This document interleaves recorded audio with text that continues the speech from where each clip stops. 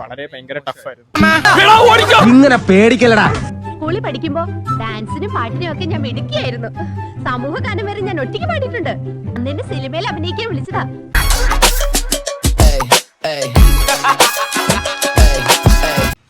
അപ്പൊ ഇന്ന് team super hero നിൽക്കുന്നത് സെന്റ് അലീഷ്യ സ്കൂളിലാണ്. നമ്മുടെ സ്റ്റേറ്റ് സിലബസിലെ +2 പിള്ളേർ മാത്സ് എക്സാം കഴിഞ്ഞ് വരുന്നുണ്ട്. അപ്പോൾ നമുക്ക് അവരുടെ അടുത്ത് അവരുടെ മാത്സ് എക്സാമിന്റെ റിവ്യൂ ഒന്ന് ചോദിക്കാം. ഫസ്റ്റ് സ്റ്റുഡൻസിന്റെ ഫസ്റ്റ് റിവ്യൂ നമുക്ക് പെട്ടെന്ന് കളക്ട് ചെയ്യാം. മാത്സ് എക്സാമിന്റെ പെട്ടെന്നൊരു റിവ്യൂ പറഞ്ഞേ.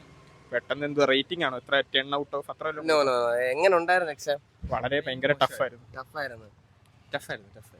ഒരു A+ പ്രതീക്ഷിക്കാൻ പറ്റുന്ന ക്വസ്റ്റ്യൻ പേപ്പർ ആയിരുന്നു? ഒട്ടുമല്ല. അപ്പൊ നിങ്ങൾ ജനറലി ഒരു ഓവറോൾ കാര്യമാണോ പറഞ്ഞത്, നിങ്ങളുടെ കാര്യമാണോ പറഞ്ഞത്? ഓവറോൾ ടാസ്ക് ആണല്ലേ? ക്ലാസ്സിലെ ടീച്ചർ വരെ പറഞ്ഞ് മാത്സ് പഠിപ്പിക്കുന്ന സ്കൂളിൽ ഇച്ചിരി ടഫായിരുന്നു.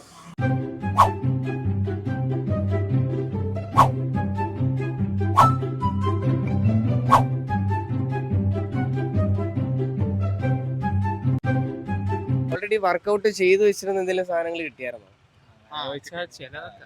ചിലതൊക്കെ ചില ചാപ്റ്ററിന്റെ ഒക്കെ ലീനിയർ പ്രോഗ്രാമിംഗ് എന്ന് പറഞ്ഞ ഒരു ചാപ്റ്ററും പിന്നെ മെട്രിസസ് ആൻഡ് ഡിറ്റർമിനൻസ് എന്ന് പറഞ്ഞ ചാപ്റ്ററിനും അത് 12 മാർക്ക് മസ്റ്റ് ആയിട്ടും വന്നായിരുന്നു. അത് നിങ്ങൾ ഓൾറെഡി പ്രാക്ടീസ് ചെയ്ത ക്വസ്റ്റ്യൻസ് ആണ്.